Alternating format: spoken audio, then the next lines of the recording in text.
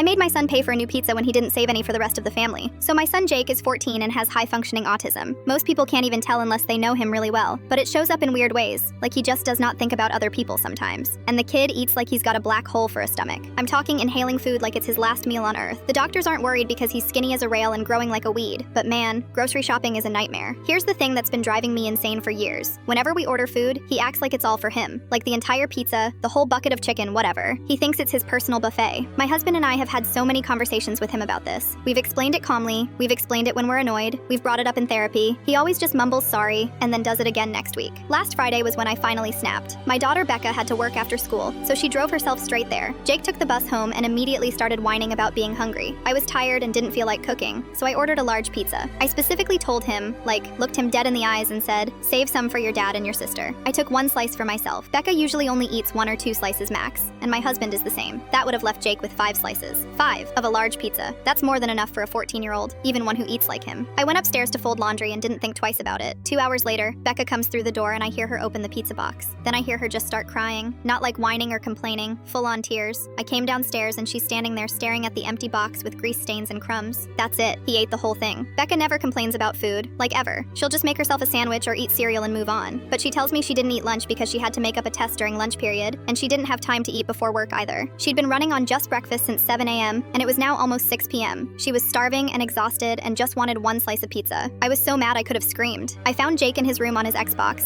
headset on, laughing with his friends like nothing happened. I told him Becca was crying because he ate all the food I specifically told him to share. He just shrugged and said he was hungry. That's it. No, sorry, no, oops, I forgot. Just, I was hungry. I didn't even argue with him. I went to my room, grabbed my phone, opened his bank account app, we have access since we set it up for him, and transferred out enough money to cover a new pizza plus a big tip for the delivery driver. Ordered Becca a fresh pizza right then and there. About 20 minutes later, Jake came storming into the kitchen asking why money was missing from his account. I told him exactly why. He lost it. Started yelling about how it wasn't fair because he doesn't have a job, so the only money he gets is from birthdays and Christmas. He said Becca should have paid for her own pizza since she works. I told him that's exactly the point. He doesn't work, so that money is a privilege, not a right. And if he can't follow basic instructions like saving food for his sister who hadn't eaten all day, then yeah, he's paying for a replacement. Becca was sitting at the table and she looked at him and said, "This is the 3rd time you've done this to me." Her voice was so tired. She wasn't even mad anymore, just done. Jake's been giving me the silent treatment for 3 days now. He keeps slamming doors and acting like I'm the villain.